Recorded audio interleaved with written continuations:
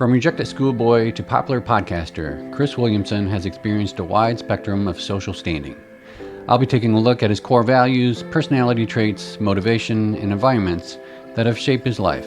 To understand Chris, one needs to understand his core values. We'll begin by taking a look at what he believes are his core values.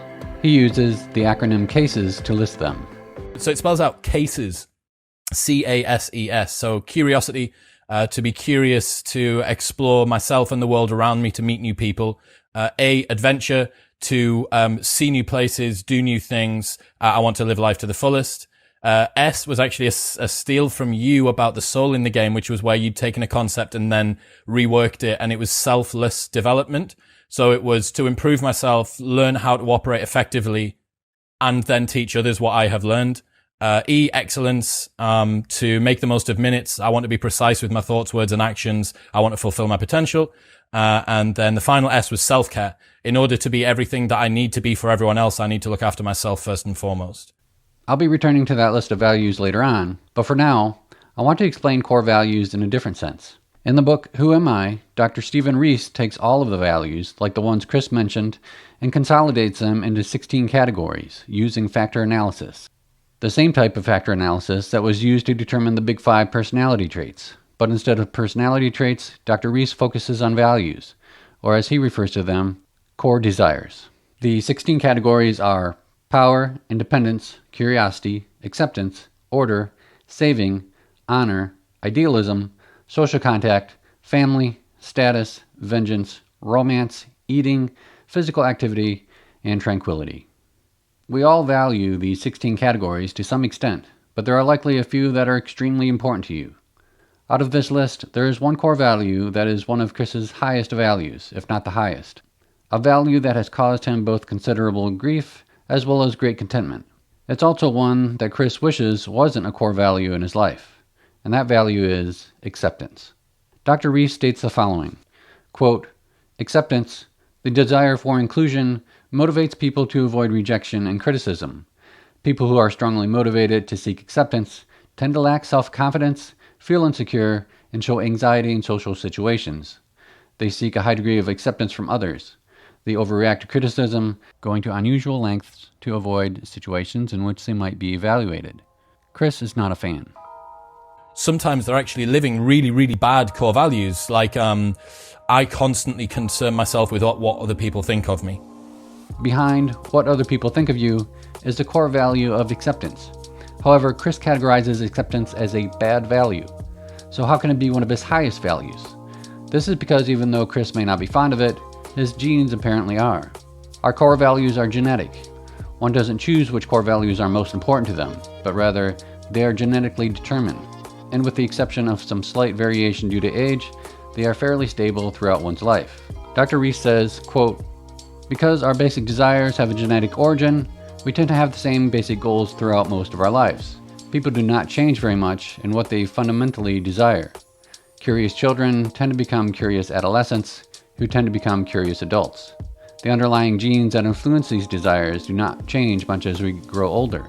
Can people change, or does the genetic origin of the 16 basic desires imply that our basic personalities are determined at birth? Genes are not the only important influence on basic desires and how we satisfy them. However, the genetic factors in our desires provide significant stability to our behavior. I suspect that people can change, but to a certain degree and not very easily." Unquote. But with Chris, there's more at play here than just the core value of acceptance. I've suffered with depression for a long time. I think naturally I'm quite a depressive person. If you roll a choice down the top of a fence, I'm always going to fall off on the side of catastrophe, right? Not on the side of success. Yeah. That's my presumption all the time. This tendency to catastrophize is a facet of a personality trait according to the Hexco personality model. Hexco is basically the Big Five personality model with a few extra facets. In Chris's case, we are looking for a personality facet that deals with risk perception, and the closest one that Hexco provides is referred to as anxiety, and it is defined as follows, quote, "The anxiety scale assesses a tendency to worry in a variety of contexts. Low scorers feel a little stress in response to difficulties, whereas high scorers tend to become preoccupied even by relatively minor problems." The core value of acceptance is extremely beneficial, both for our evolutionary ancestors as well as those in the modern world. The advantages of being accepted into a group offers advantages from being protected from wild animals to getting a better job through one's network. Someone with a high core value of acceptance but low anxiety doesn't have issues with acceptance because they don't care about rejection. Someone with a low core value of acceptance and high anxiety also doesn't care about rejection. In both cases, the risk is low. However, a core value of acceptance combined with anxiety can cause issues, from shyness to social awkwardness. With acceptance being so critical, the stakes are higher during social engagement. This can cause anxiety, causing one to be socially awkward, which increases the likelihood of social rejection, which increases anxiety, and so on and so forth. It's a vicious cycle. I know that Chris attributes his lack of acceptance to a lack of social skills. I'll talk more about that later, but I think it's less of a factor than he thinks, and it's really the combination of acceptance and anxiety that I think has caused Chris a lot of trouble, especially in his youth. What were you getting bullied for when you were younger? Not being able to fit in. I just didn't understand socially how to fit in with young kids. I was a late bloomer, like physically as a guy as well. I think I probably had whatever the opposite of precocious puberty is. So like, I don't know, maybe like 13 or 14, I started to grow a little bit, which is wild now as somebody that was a fitness model throughout his 20s. Throughout most of school, for me, secondary school, I was pretty badly bullied. I would say that I was about as close to the bottom of the hierarchy as it was possible to be. I came into my looks pretty late, probably 20, like 19, 20, 21. I'm aware that there are like degrees to this. I'm sure that there are like, depths of the black pill of like the 0.0001 out of 10 guy that's like super, super low or whatever. But throughout pretty much all of school, only child, very socially isolated.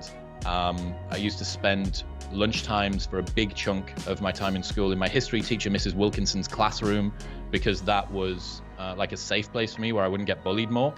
It's here that I have a personal connection to the core value of acceptance. One of my daughter's top core values is also acceptance, and she has also had a difficult time socially at school. And although girls tend to be less physical, their version of bullying is just as brutal. I half-jokingly like to say that middle school girls are the worst people in the world because of the social pain that they can cause. The issues that can be caused by the core value of acceptance can be compounded if the core value of social contact is also highly valued. This can cause a push-pull tension as one wants to experience social contact, but the fear of not being accepted holds them back. Being rejected by one's peers can be traumatic for anyone, but especially for those whose core value are acceptance and social contact. This can cause one to not express who they truly are, as Tim Fletcher explains. The child comes into an unhealthy situation and they decide to be authentic, but that doesn't work so well for them. No one wants to connect with them. They're punished or laughed at or teased or criticized for parts of who they are when they're authentic. And so what they quickly realize is if I want to be loved, if I want to connect with people, I have to hide who I am. I can't be authentic. And so I have to learn how to wear masks. I have to learn how to sense what other people want from me and become what they want, be a chameleon. I have to adopt different roles in situations so that people will like me, respect me, and want to be my friend. And so very early on, they have this core belief that develops, I can't be who I am, I have to be somebody else. So that leads to not knowing who they really are, because the earlier in life you had to wear masks and not be authentic and adopt roles, the greater chance that you don't know who you are because you've always worn masks, always played roles. Likewise, the social rejection seems to have caused Chris to hide his true self. Fundamentally because I didn't think that people wanted to like me. I remember I would think a lot of the time when someone asked me a question like, what did you think of that film that recently came out? I would run a script in my head that said, what does Nick want to hear from me right now? I wouldn't say what I thought. I would say what I thought you wanted to hear in order for you to like me. So I was always playing like 2 degrees of separation away from the person that everyone saw. And when you do that for long enough, you don't actually know what's at zero anymore. You can begin to believe the lie so much that the lie like inhabits you. The persona subsumes the person, right? stares out through your eyes, and then you don't actually know what your own opinion is. And this is something that's really, really common. And, you know, it's such a first world problem. People have got genuine, difficult issues to deal with that pale in insignificance to the existential weight of like trying to be popular. But the felt sense of it's really uncomfortable. And especially when you become aware of that, when you become aware of the fact that, oh, I've been kind of not really being too truthful for a very long time. And this isn't big lies. Like, I'm not claiming to be of African-American origin or something. Like, I'm just trying to be liked by people and working out what that means. So yeah, I had to start working out what truth felt like. Not everyone can suppress their true selves as well as Chris did. Brian Little discusses this trait in his book, Me, Myself, and Us. Quote, for some individuals, the ability to click into different modes of self-presentation and adopt free traits is relatively easy. But for others, it makes no sense to be anything other than you, unquote. Former American football player Deion Sanders also created a persona, but instead of the core value of acceptance, he did it for the core value of power as a way to achieve success on and off the field. But the results were the same. Without authenticity, there could be no true acceptance. Football and this prime thing is what I did, but it really wasn't who I was. And a lot of fans got caught up into what I did being who I was. It was almost like you're trick-or-treating and it ain't Halloween. So it wasn't Halloween and they thought I was still trick-or-treating. And oftentimes it kind of got delusional and diluted because that wasn't who I was, but people were expecting that guy. Didn't feel like no one loved me but my kids. The only thing that I felt like was real and authentic and loved me because they the only one who knew me. Just like Deion, Chris also projected a persona. Chris was part of a reality show called Love Island and discusses one of his experiences on the show. Right. The reason that I wasn't tremendously successful on Love Island was because I wasn't speaking my truth forward. The reason I wasn't speaking my truth forward was because I was terrified of what would happen if I did. Yeah. So, perfect example, I'm sat down on the first night, anyone who's seen season 1, episode 1, I'm sat down with Danielle, she's next to me in the bed, and she looks at this tree, and it's outside of the lines, it never made it on the edit, looks at this tree and mentions something about it, can't remember what it is. And I just like whipped off some quote about, oh, it's because of the blah, blah, the Coriolis effect of the earth, or whatever it might be. And she turned and said, oh, that's really clever, like, can you say some more clever things? And I was like, fuck, like that's not what Chris in this situation is supposed to say. Right. So I'm like, right, I need to start playing the game again. I need to start dumbing myself down, or I need to begin this rhetoric which is more typical to what I think that people want from me. Notice here that the girl that Chris was talking to on Love Island clearly expressed what she desired, and it would have helped Chris succeed on the show. But those desires, the other core values that involve competition and romance, are in submission to his core value of acceptance. But it's not the acceptance of the girl. It's almost like Chris was still trying to be accepted by the boys of his youth. Without authenticity, Chris needed another way to achieve the feeling of acceptance. Do you think deep down you always wanted to have a bit of status? Oh, massively. Yeah. I think it's very evident that looking back at all of the things I've chosen, all of the different pursuits, and me trying to get social validation in one way or another. Mm-hmm. I was pretty unconfident as a kid, and I think that led to me needing validation from the world as I grew up. And this is something that a lot of guys will feel. You know, you've got people that seem to just ooze confidence, and then there's you, and you observe your own insecurities and uncertainties from a front row seat, and you don't do the things that you want to do, and you don't achieve the things you want to achieve. So I figured that if I felt like people maybe wouldn't want me as a person, if they needed me, that was close enough. Mm-hmm. If they needed me to get VIP, if they needed me to get Carnage t-shirts, if they needed me to get cheaper entry or Q jump or get introduced to that Fitbird, it's kind of the same. Yeah.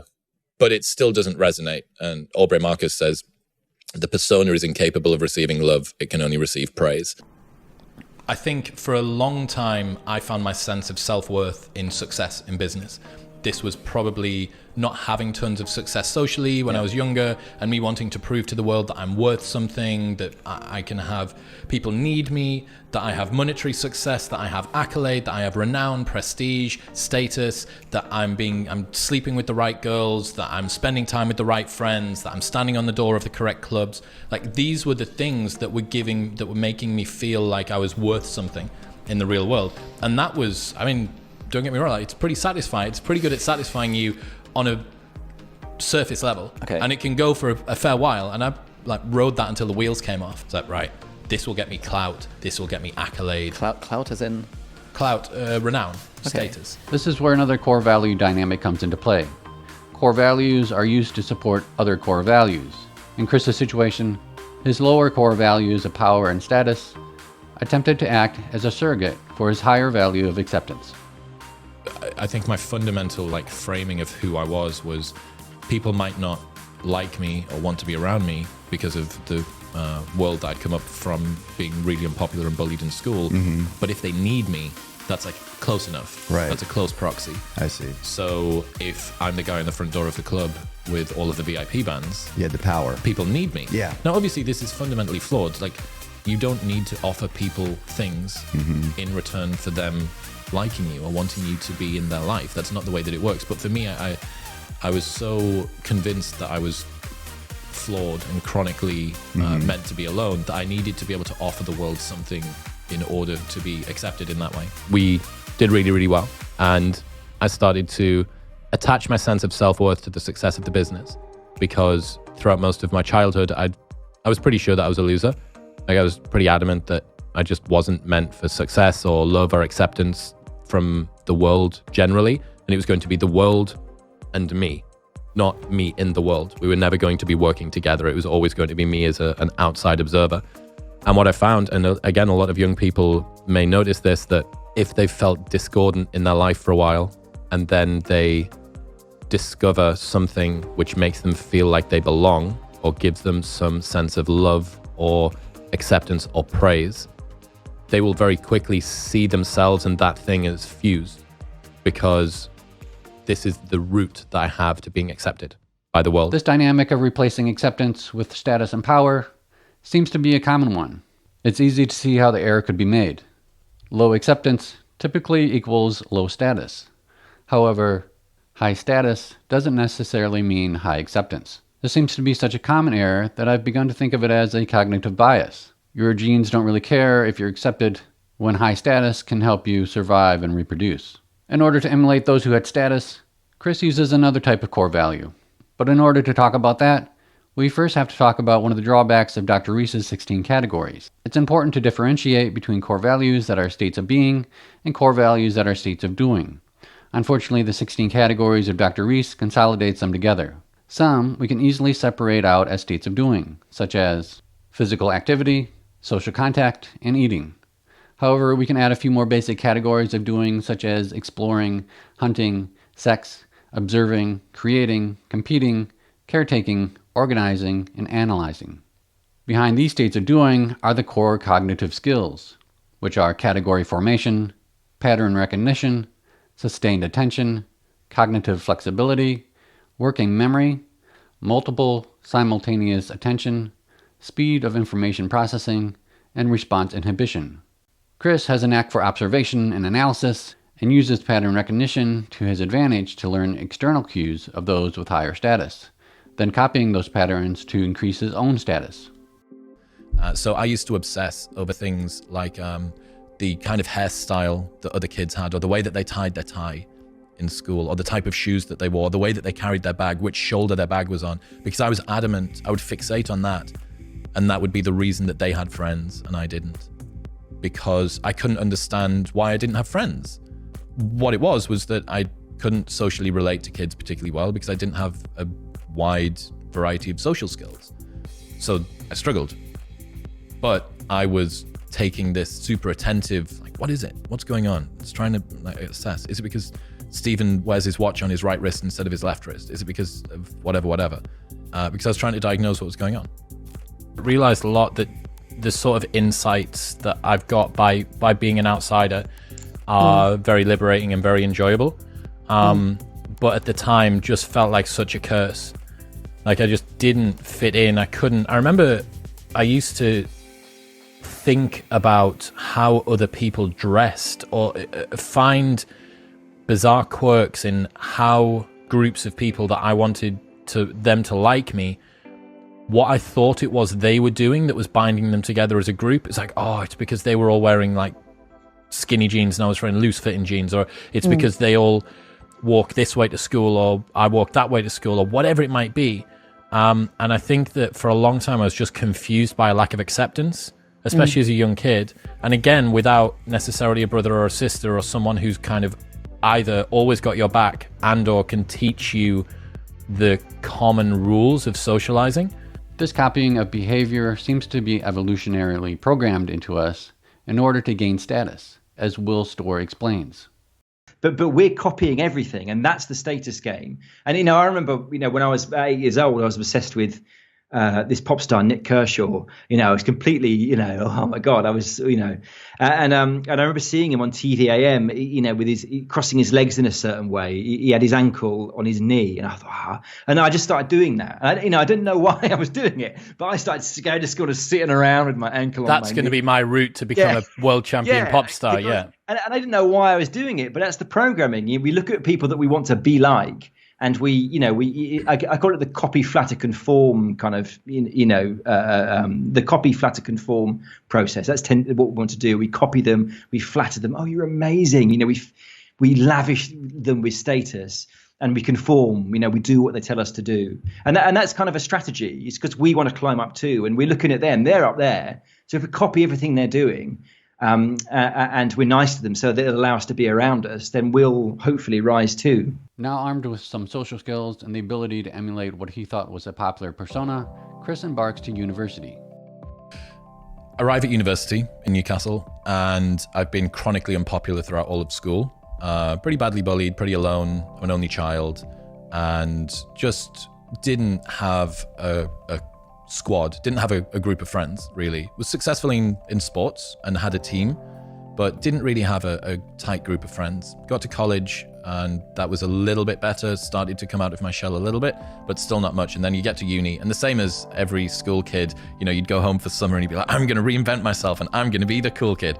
So I arrive at university, and that was a good intersection of a new opportunity to be a new person and also maybe a little bit more social ability. This is one of two big environment changes for Chris. Instead of trying to change one's core values or personality, one of the best strategies for a fulfilling life is to find an environment where they can be successful. And for Chris, university, as well as the business world, offered better success than school, at least in terms of power and status. Will Storr talks about the concept of finding an environment that's best for you. It's actually, contrary to what all the self-help gurus will tell you, it's very hard to change yourself. And a much better route to kind of something that feels like happiness is by changing your environment. Changing, I talked about this idea of the lizard and the iceberg. You can put a lizard on an iceberg and it's a miserable lizard, but take that same lizard and put it in the desert, suddenly it's a happy lizard, and nothing has changed about that lizard, but everything has changed about that lizard. And I always think that's an underrated, solution for a lot of our problems is by trying to change our circumstances. In his book Brainstorm, Dr. Daniel Siegel talks about how the teenage brain goes through a massive rewiring process. This rewiring process may have played at least a part in the changes that Chris experienced. The brain during the adolescent period is literally carving away the existing connections among the brain's basic cells. That carving away of existing connections is called pruning, and it's a part of the remodeling of the brain. While adolescence is a natural time where pruning occurs, stress can increase the pruning away of those connections. And what we believe happens is that someone who may have a genetic vulnerability or someone who may have experiential vulnerabilities from before the adolescent period will be exposing those vulnerabilities as the challenged neural connections are now carved away, and what remains is insufficient for the brain to function properly. The second big environment change for Chris was joining the cast of Love Island. But instead of being an environment that helped Chris align with his core values, it was the opposite. And it gave Chris a revelation that would change the course of his life. I get myself to the World Cup final of this, party boy life. And while I was there, I was around people who genuinely were the hyper extroverted, super energetic person that I thought I was. And because I no longer had any distractions, because I didn't have my phone or my friends or YouTube or my books or anything like that, it gave me a fatal dose of contrast, and I got to see the person that I thought I was, who was all of them, compared with the person that I actually was, that was me. It's here that I want to talk about another one of Chris's personality traits, and that is extroversion. I would say that Chris is a slight extrovert. He seems to enjoy social interaction and only has difficulty with the hyper extroversion that he tried to emulate. I'm more attracted to friends that are a little bit more introverted than a super extrovert. Like, I find it exhausting to be around people that are incredibly extroverted all of the time. I'm much more comfortable around people that are a little bit calmer, a little bit more peaceful. So there you go. That immediately, if I'm the demand and they're the supply, like, there is a demand-supply problem for me to find someone that's a little bit less extroverted. But when I say that Chris is extroverted, I have to make some qualifications. In some facets of extroversion, Chris ranks high, and others pretty low. Let's take a look at each facet according to Hexco. The social self-esteem scale assesses a tendency to have positive self-regard, particularly in social context. High scorers are generally satisfied with themselves and consider themselves to have likable qualities, whereas low scorers tend to have a sense of personal worthlessness and see themselves as unpopular. I would say Chris has consistently had low self-esteem, and the environment of his youth reinforced that to the extreme. Those who experience trauma can come to dislike the introverted parts of themselves. Many children from complex trauma who were introverts hated that they were introverts. And they looked at extroverts and they said, they're the ones that have all the friends. They seem so happy all the time. I wish I was an extrovert. And they saw extroversion as a strength and introversion as a weakness. But what I want you to understand is introverts are just as important as extroverts. One is not better than the other. They're just different. And an introvert brings strengths that an extrovert doesn't have. And an extrovert brings strengths that an introvert doesn't have. And so for an introvert, if you were one who hated being an introvert and saw it as a weakness, I just hope you can kind of accept it and see the strengths you bring that come out of your introversion that an extrovert does not have. Continuing with the Hexco personality facets, the social boldness scale assesses one's comfort or confidence within a variety of social situations. Low scorers feel shy or awkward in positions of leadership or when speaking in public, whereas high scorers are willing to approach strangers and are willing to speak up within group settings. Again, I think Chris scores low on this as well, especially in his youth and without his party boy persona. It's only with age, success, and maturity that Chris ranks higher in both social boldness and social self-esteem. The sociability scale assesses a tendency to enjoy conversation, social interaction, and parties.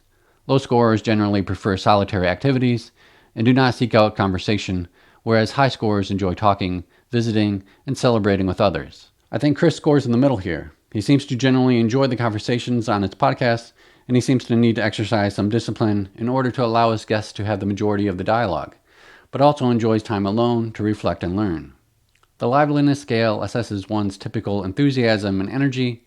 Low scorers tend not to feel especially cheerful or dynamic, whereas high scorers usually experience a sense of optimism and high spirits. I think there are some mixed signals here. Chris has complained about struggling with depression, although he does seem to have an adventurous spirit who enjoys traveling and experiencing new things. Circling back to Love Island, Chris lasted 19 days before getting voted off the reality show. It's interesting that one of the cast members said that they hope Chris could come out of his shell, indicating that at least some sensed that Chris was not being his true self. It's after Love Island that Chris begins to lose motivation for the club promotion business that he ran. And this is one of the key aspects of core values. If you are not aligned with them, you will lack motivation. You simply won't have the dopamine to do the things that are out of alignment. The process of shifting to the core value of acceptance had begun. As Chris began to focus on being his authentic self, truth became more important. For me, learning to be able to tell the truth was probably the most important thing that I could do. And that meant truth if I felt vulnerable, truth if I felt sad, truth if I was interested in something, truth if I had an opinion about what some of my friends were doing. And very quickly, the truth to me is kind of like a superpower, right? Because it insulates you from ever being wrong. It insulates you from ever being uncompassionate, because all that you're doing is speaking forward what's inside of you. But it's quite difficult for people to tell the truth. It sounds bizarre because it's one thing that everyone's always got at their disposal all the time, supposedly. You actually don't. A lot of the time when you look inside and you don't really know what you think, you don't have the truth inside. In that 1 year gap between being on Love Island, sort of when you were consuming all this content and stuff, what were the learnings from that? Like, tell the truth was the first one, the most important one. I'd spent a very long time playing a persona on the front door of this nightclub, right? Or a lot of nightclubs in Manchester and in Newcastle, working about 1,000 nights. And being Chris, the club promoter, being the guy that sorts him out with guest list and he shagged my mate and blah, blah, blah, being that guy. And what I realized was that was a role that I was playing. That wasn't a genuine representation of the person that I was. I was being the person that I thought other people wanted me to be because it was effective. And it was. I was world class at playing Chris Williamson on the front door of a nightclub, like literally Oscar-winning performance, but it wasn't me. That wasn't the person that I genuinely was. So I needed to unearth and sort of scrape away all of the different personas that I had that were lying over the top of the person that I genuinely was. And that involved turning over tons and tons of different stones and looking at what was underneath and going, okay, here's a belief that I have about the world. Here's something that I think, is this true?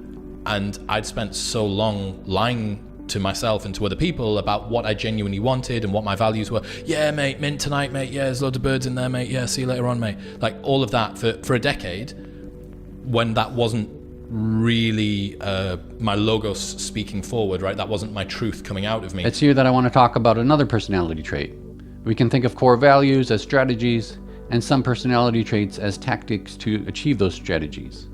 In the Hexaco personality model, Chris would have likely scored low in the sincerity scale, because he often lied to conceal his true self. The sincerity scale assesses a tendency to be genuine in interpersonal relations. Low scores will flatter others or pretend to like them in order to obtain favors, whereas high scores are unwilling to manipulate others. But as Chris's openness to the core value of acceptance grew, he found himself wanting to be more truthful, thus shifting his orientation on the sincerity spectrum. And that was because I wasn't prepared. Firstly, I don't think I actually knew who I was to a broad degree. I'd played the acceptability over honesty game so many times that I didn't even know what honesty for myself meant. And yeah, it was, you know, I'm used to being on my own. I grew up on my own. Any only child who is listening will know the exact same feeling that it is. You're under-socialized. It is impossible for your parents to socialize you as an only child to the same level as someone that's got siblings. It does not matter how sociable your parents are. It is impossible. And I think that carried forward as I got later in life, that I thought, well, I've dealt with loneliness and anxiety and stuff like that before, because that was, to one degree or another, was a part of my upbringing. So fine. This is just the next step. Maybe this is just what life is. I've noticed that Chris often attributes his lack of acceptance in his youth to his lack of social skills, which was impacted by his lack of siblings. But I'm not so sure siblings would have helped. Going back to my own daughter again, she does have an older sister, and though I'm sure she has helped with her social skills, it's really the combination of the core value of acceptance and the trait of anxiety that holds her back socially. Furthermore, siblings can also act as rivalries, and in light of that rivalry, I've seen the sibling relationship damage my daughter's social confidence just as much as it has helped it. Be sure to check out the book Siblings Without Rivalry by Adele Faber and Elaine Maslish, which deals with the sometimes hostile relationships that siblings can have. Additionally, for Chris, the shift from the core values of power and status likely had many causal factors, but one of the primary ones may have simply been age. Even if you would have told a younger Chris that he didn't really want power and status, I'm not sure he would have listened. Think about the last time that you scrolled down your Instagram feed and you saw an inspirational quote that someone put up. Why did that inspirational quote not change your life? It's because there wasn't enough time and attention, you weren't in the right frame of mind, it didn't resonate with you, there was no context. So for me, weirdly enough, you're probably right that even if I'd had the tools at my disposal when I was 24, 25, I just wasn't, for some bizarre reason, I don't really know what it is, I wasn't ready to make that realization, and there's a level of maturity that I think that you need to get to. Dr. Rees also talks about how core values can change as we age. power and status being one of them. Quote, further, we found large decreases in the intensity of the desires for power and status after ages 35 to 40, unquote. We can see changes in values even before the age of 35. Toward the end of your 20s, if you've grown up living quite a broy life, what I think a lot of guys find is that the values that served them when they were in their early 20s, maybe 21, are not going to serve them when they're 31. And they realize this quite profoundly sometimes. So you see this, I first noticed it with training. So guys would do bodybuilding style training because it's the lowest barrier to entry. It gives them confidence, it makes them bigger and more muscular, and it makes them feel attractive. But as they get towards 28, 29, they realize that they get out of breath going up a set of stairs and that they can't touch their toes and they haven't really been that functional. And maybe they get back into playing football with some mates and they realize that they've just got no cardio and they're not very functional. So then you see guys that are toward the end of their 20s, they'll go and do CrossFit, or they'll go do Brazilian Jiu-Jitsu or fighting or yoga, or girls might go back and do dance that they haven't done since they were a kid. They might start doing ballet again or go and do those Pilates classes, group Pilates classes, spinning. What I realized there was that there are particular modes of existing that we get in our early 20s, many of which are kind of the lowest common denominator, limbic hijack route to success that we can find, right? Like quite a base transactional transient route to success. I want a training methodology that's going to make me look good. I will do the one that makes me look the most good. But does it fulfill you and make you feel good? I don't care if it makes me feel good. I just want to look nice. Yeah. Okay? As you grow up a little bit more, you realize, hang on, perhaps this isn't serving me quite in as much of a holistic, broad view as I want. That's what I saw with fitness. What I think you see with specifically guys, maybe with girls as well, the menopause is someone realizing that as you get toward the end of your 20s, the values that you had when you were younger aren't serving you. Regardless of the reasons, power and status became less important to Chris, and the more authentic he became, the potential for true acceptance grew. As Chris grew more comfortable with acceptance, it began to unlock another core value to be expressed: curiosity.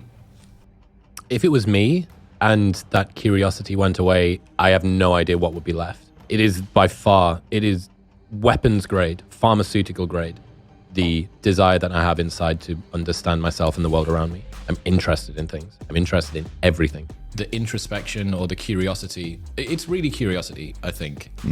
The sort of short answer is just, I'm so fucking interested about everything. It's not really about, it's all just a byproduct for me of learning. It's like, if I can satisfy my curiosity every single day, everything else is going to be fine. So the curiosity for me is crippling.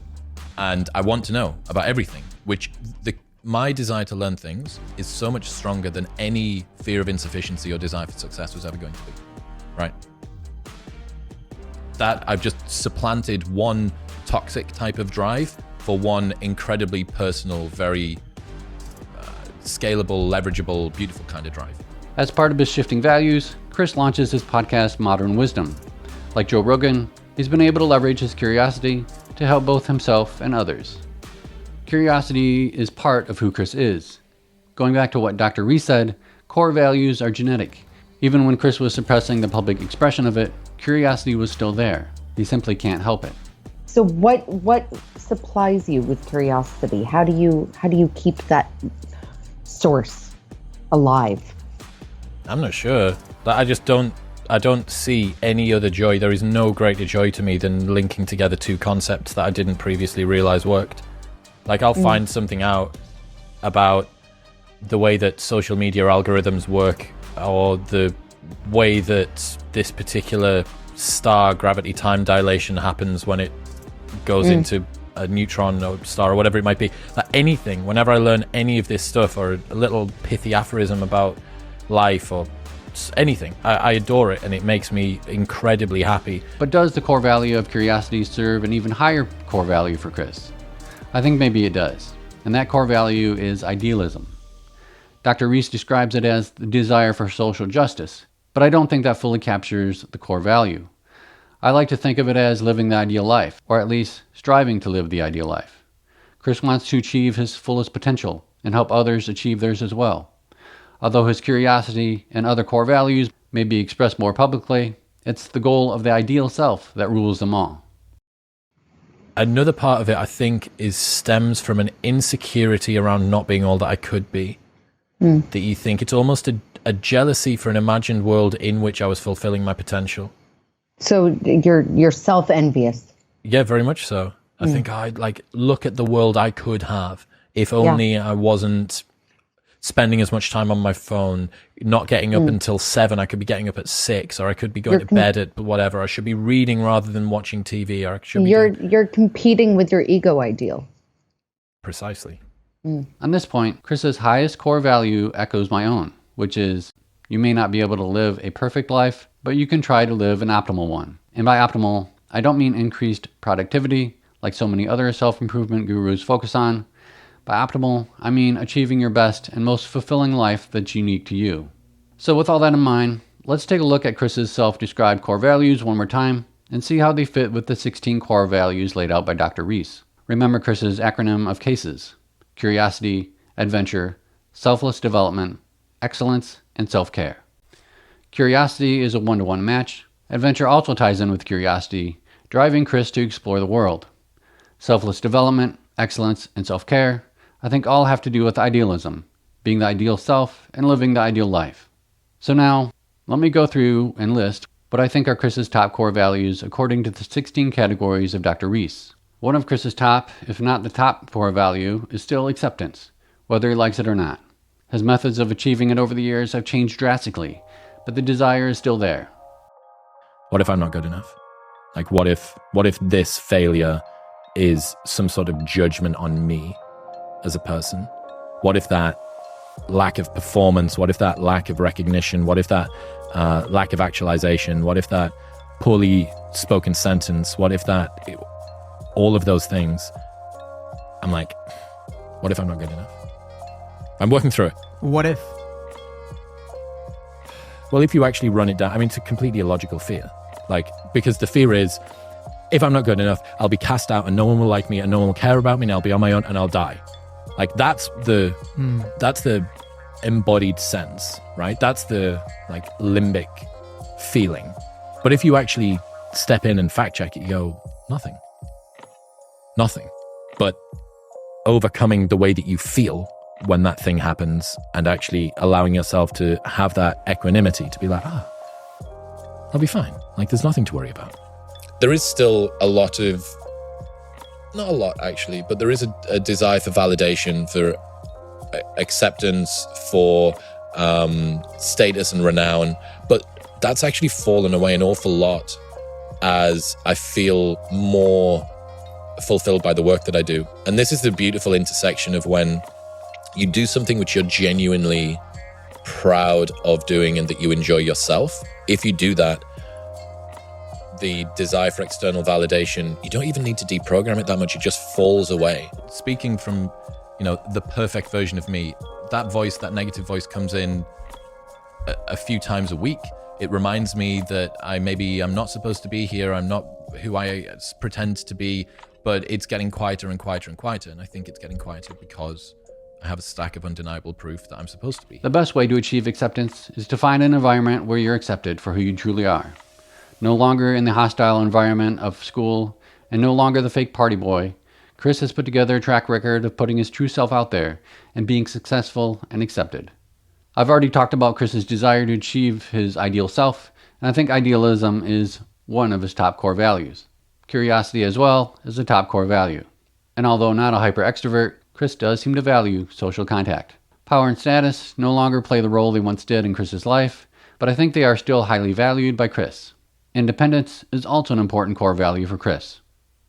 This whole sort of sovereignty, agency thing is like a big deal for me. I think it's because I didn't feel like I had a lot of that when I was younger. And I don't like anything having control over me. Any substance, anything. And finally, physical activity is still a significant part of Chris's life, even though I think Chris no longer views it as being critical for gaining acceptance. Like even the desire to get bigger and stronger to prove yourself, like physically, for me was born out of feeling very weak and vulnerable when I was younger. So what can we learn from the life of Chris Williamson? Probably the biggest lesson is to know your core values and personality traits, and then find or create an environment for those values and traits. What could Chris have done better? It's hard to criticize his life since he's been fairly successful, even when not in complete alignment with his core values. Also, I've become somewhat deterministic after seeing how powerful core values impact things. Core values plus environment tend to equal a particular outcome. However, there are a few things I would have done differently when Chris was younger, although these would have been outside of Chris's control. But if you're a parent of someone like Chris, like I am, I would try the following. This is not expert advice, but just some things I would do or have done to help my daughter. First would be to get Chris a therapist. And if it's at a young age, I'd make sure it was a play therapist. For those of you who don't know, it can be difficult for a young child to communicate what's going on inside of them. But through play, those feelings can be communicated indirectly. A therapist would have been good for Chris for a couple of primary reasons. One, Chris had, and still has to some extent, a false belief that he has low value in the world. A therapist trained in cognitive behavioral therapy would have challenged that belief. Unfortunately, it doesn't do much good to tell someone they are valuable, but rather to challenge the reasons and experiences that led them to believe that they are not. CBT can help achieve that. Second, a therapist could have acted as a social coach for Chris, not only teaching him how to interact with his peers, but also giving him social confidence as well. A good therapist can point out what's acceptable behavior or when to stand up for oneself. They can also role-play different situations. Additionally, changing Chris's environment may have helped. However, it's likely that Chris would have struggled socially regardless of the environment, but some environments are more forgiving than others. Public schools seem to be one of the least forgiving. Once kids hit middle school, the striving for status and popularity can be brutal as they seek to optimize their place in the tribe. When referring to some of my daughter's friends, I've started referring to as the status virus. That seems to infect them in middle school as the core value of status becomes more important. Switching to a private school may have been better or worse depending on what type of private school it was, but I've found that church youth groups can be a bit better. Not that there aren't bad kids at churches, but the culture at a healthy church can be more inclusive of those who struggle socially. Clubs and interest groups could also be helpful, whether drama, sports, or music. However, it may be better to find those types of groups that are not affiliated with the school that they attend. Hey, thanks for watching. And if you'd like me to do a life analysis of someone, please let me know in the comments. I hope you found something valuable that you can apply to your own life. And please like, share, and subscribe.